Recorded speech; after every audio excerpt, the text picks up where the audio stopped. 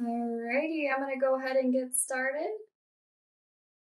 Hello, everyone, and thank you so much for joining. You're here for today's demonstration of the Geonexus integration platform for Hexagon EAM to GIS and Oracle WAM to GIS integration. My name is Katie Majewski, and I'm a marketing coordinator here at Geonexus, and I'm happy to be joined by Josh Swenson, our VP of Revenue Operations, who I've brought on to help answer some of the questions you may be having after the end of the demonstration today. Today, I'll be showing a recorded demonstration of Akshita, one of our senior software developers, walking you through two different use cases. These use cases will demonstrate the Hexagon EAM, Esri, and Oracle WAM connectors as part of the Geonexus integration platform connector library. The first use case will be our main focus today, where Akshita will demonstrate the bidirectional flow of data between Esri and Hexagon EAM. This will enable users to effortlessly create hydrants from Esri into Hexagon EAM and vice versa, ensuring that any changes made in Hexagon EAM are automatically reflected back into Esri. Our second use case today will quickly run through a sample data configuration setup for an organization looking to create a service line location from Oracle WAM to a service point in Esri, and then bidirectionally synchronize the updates such as location IDs back from Oracle WAM into Esri. Geonexus is a software company, and we redefine the previous custom code approach to integration by providing a fully supported, easy-to-use, proven platform for system integration with an easy-to-navigate user interface to simplify the configuration and management of your various enterprise systems. This allows integration to then become more of a mapping than a coding exercise for end users. There's really three main components to the Geonexus integration platform. The first I've actually already touched on lightly already, which is simplified configuration. Within the platform, we provide an easy-to-navigate user interface that connects to your enterprise systems with little to no code required, allowing you to quickly set up your configuration. This also streamlines maintenance and management throughout the entire lifetime of the integration as well. This also allows additions or modifications to be made on the fly with little to no code required. The second is automated synchronization. So once the configuration is complete, we help you automate and schedule your synchronization on a specified task. If you have a system of records established already or would like to set one, we can also help you synchronize your data bidirectionally as well if you'd like. The last is active reporting. So once you've configured your integration and you have your synchronization running on a schedule, we provide in-depth reports to show that everything has run as intended. Some of the benefits reporting can provide are detailed descriptions of any errors, orphans, discrepancies, and more that may have occurred. For the sake of time today, we won't be going too deep into reporting within the demonstration, but our recent demo on migrating from the GN to UN on our website shows a little bit more in-depth view of our reporting if you're interested in learning more. How we simplify integration even further is through our library of connectors you can see on the screen below. Each one of these connectors understands the unique business logic of each system and are constantly upgraded to allow you to take advantage of the latest and greatest system features with no fears of software version lock or downtime. So now that we've heard a little bit about Geonexus, I'm going to dive right into the demonstration. Thank you for a quick overview. So today I'm going to go over a simple demo. We will be creating hydrants from our Esri GIS to Hexagon. And then once that's been created, we'll go to Hexagon, make some changes and bring that back to Esri GIS. So this is our Geonexus integration platform. First, if we look at the connections, for today's demo, I'm using a geo database. But for Esri Connection, we do have options to connect to an enterprise online services or ArcGIS SQL Workspace. SQL Workspace is read-only connection where you can read the tables from different databases. So if you have an enterprise online or service connection, you could use one of these to connect to those systems. For the geodatabase connection, we have instance database username and password, and we can synchronize to your default or any of the versions that you have. So for today's demo, I'm using N4 version of the geodatabase, and we do have a validate button that will validate all the connection parameters that are configured here. So if you have any error messages, it would display it here. For our Hexagon, we do communicate to Hexagon system using the API. So we need a service URL, username, and password. And then we support multi-tenants. So if you have more than one tenant, we can specify it here. If it is just one tenant, we don't need uh, to specify a tenant. So it's an optional field. We do have an info panel that will show you the underlying Hexagon version, tenant, schema, database, application server. We do have a similar functionality where you can validate. The platform divides the synchronization by using a logical component known as dataset. So my first dataset is for the creation of hydrants. Here I have data sources. It's more like a data view for our platform. And for geodatabase, I'm filtering using database owner table. And then you can use anywhere clause. This is optional. So for the demo, I'm filtering just a specific set of records that start with this prefix, but this can be used to filter any lifecycle status, like if they're in active, decommissioned, so or any specific type subtypes. Say like if you want to look at overhead or underground type of asset, you could do the filtering here if you have different rules going in from GIS to Hexagon. And for Hexagon, we synchronize using the functions. So for today's demo, I have assets, and under assets, I have a data spy, which is for installed hydrants. So for Hexagon, we extract using the data spies. We do have similar functionality. If we have any errors on the data source, it would tell us here. So our next activity here, once we have our data sources configured, is mapping between the source and the target. So for this first data set, my source is Esri going to Hexagon, and these are the different fields that are going from Esri to Hexagon. So I do have some defaults, which are like constant values that would go into the organization department. And the field is the actual value that's in the GIS.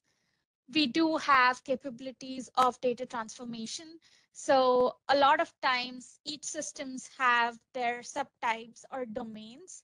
So one system could have it in terms of a text and the other system would probably have it as a numeric field. So you could do that transformation using value lists. So you would apply it here. So it would do the transformation of source to your target value. And then if you are synchronizing it bi-directionally, meaning if you have some of the rules coming back from Hexagon to GIS, you can have another in the other direction to do that conversion. We do have capabilities to calculate a value from multiple values by combining them, adding a prefix, or doing manipulations on them. We call them as calculated values. So this is the first workflow I wanted to walk through. So this is our Hexagon system. I'm just going to refresh just to make sure.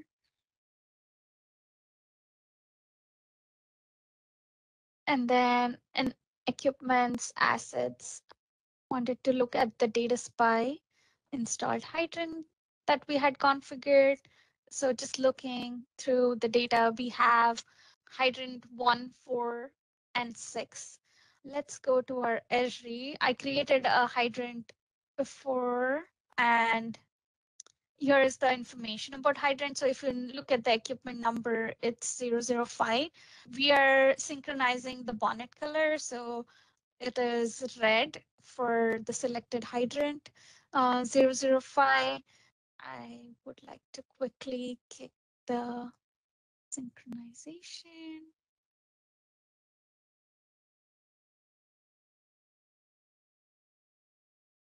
So console view gives you the report of what is happening when the synchronization is run. So this is one of our modes to run the synchronizer, which is through the user interface. This we usually use when we are testing newly configured data set or if we are making any changes to our configuration. But once it's all set, we most of our customers run it nightly or on a weekly basis. So this could be run as a scheduled run. So once we start the synchronization, what it does is validate. It loads the configuration, make sure the configuration is all valid, and then does the extraction from each side, looks if it needs to create anything, and then goes ahead and creates. So if you see here, there was one hydrant that was created. We can quickly look at the report.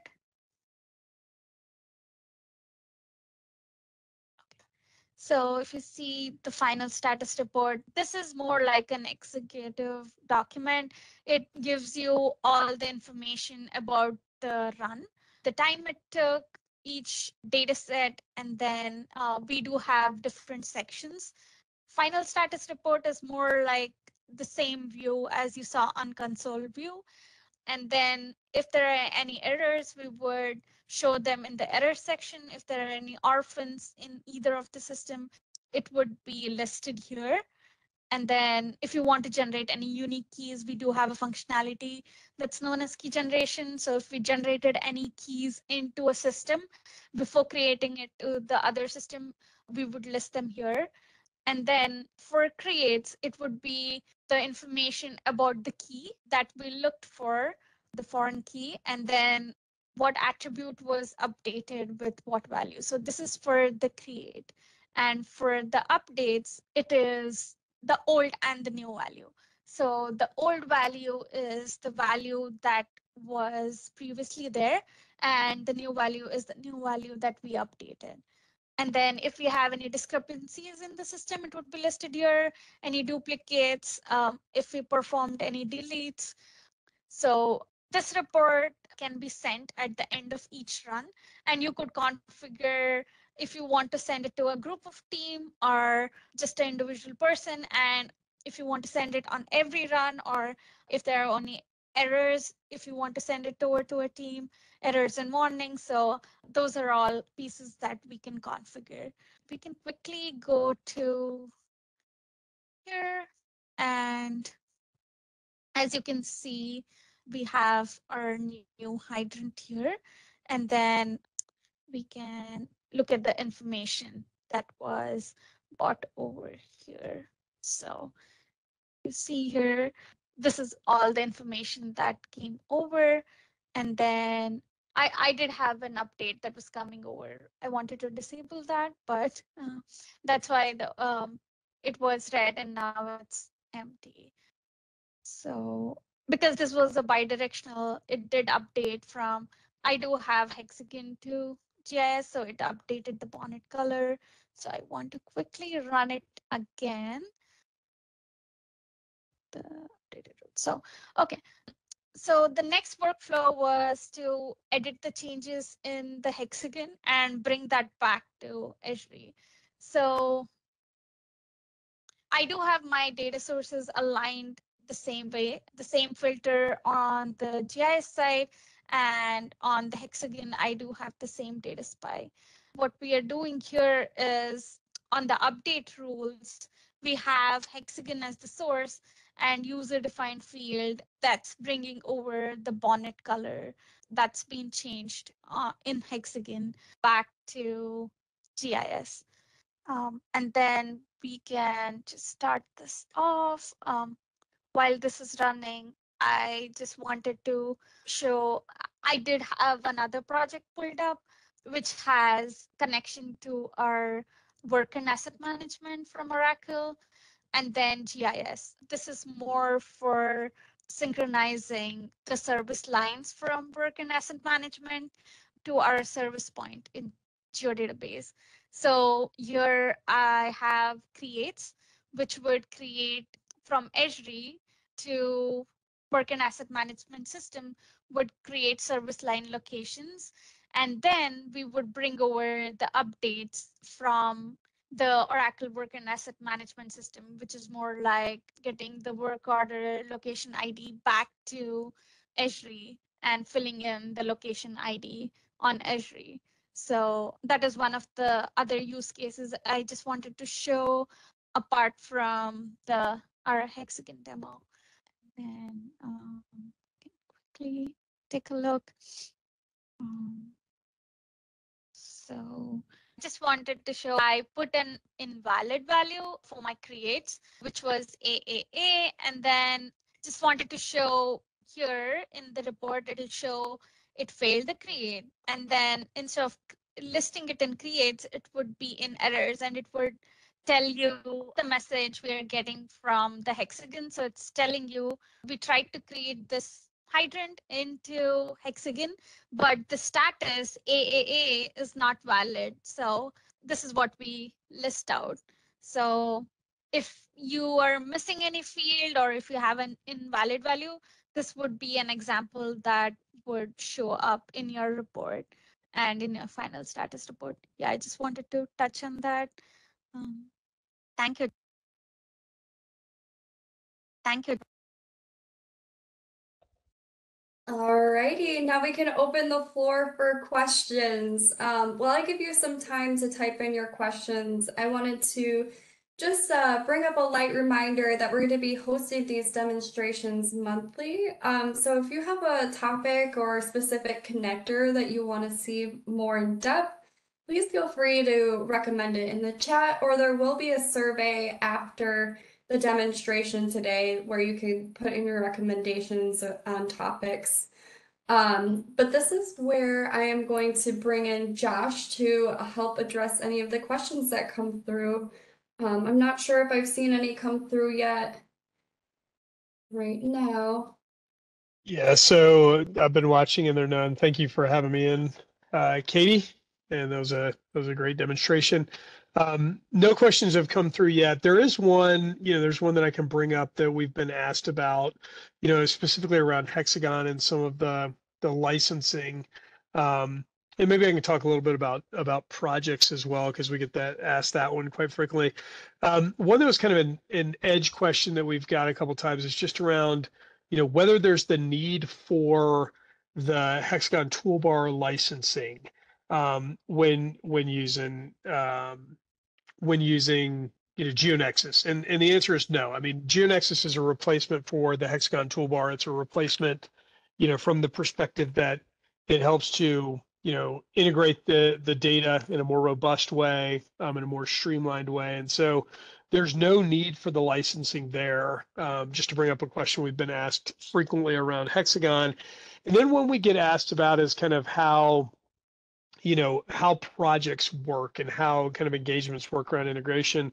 And, typically, there's a couple of different flavors, but typically what you do is you kind of think through your use case, the integration, the workflow that it's supporting, what you want to do there. And then we look at kind of how much data is there, how many data sets you have.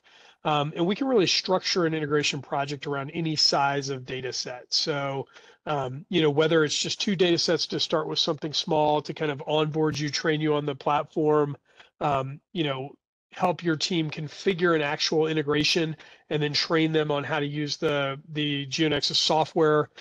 For further integrations, we can do that. Or if you have a really large project, that has, I don't know, 25, 50 data sets that are involved, in integration, you want to just, want our team to take that on. We do have a professional services team that, configures these integrations and sets them up. So a couple questions I get often that, that I'll just offer there proactively.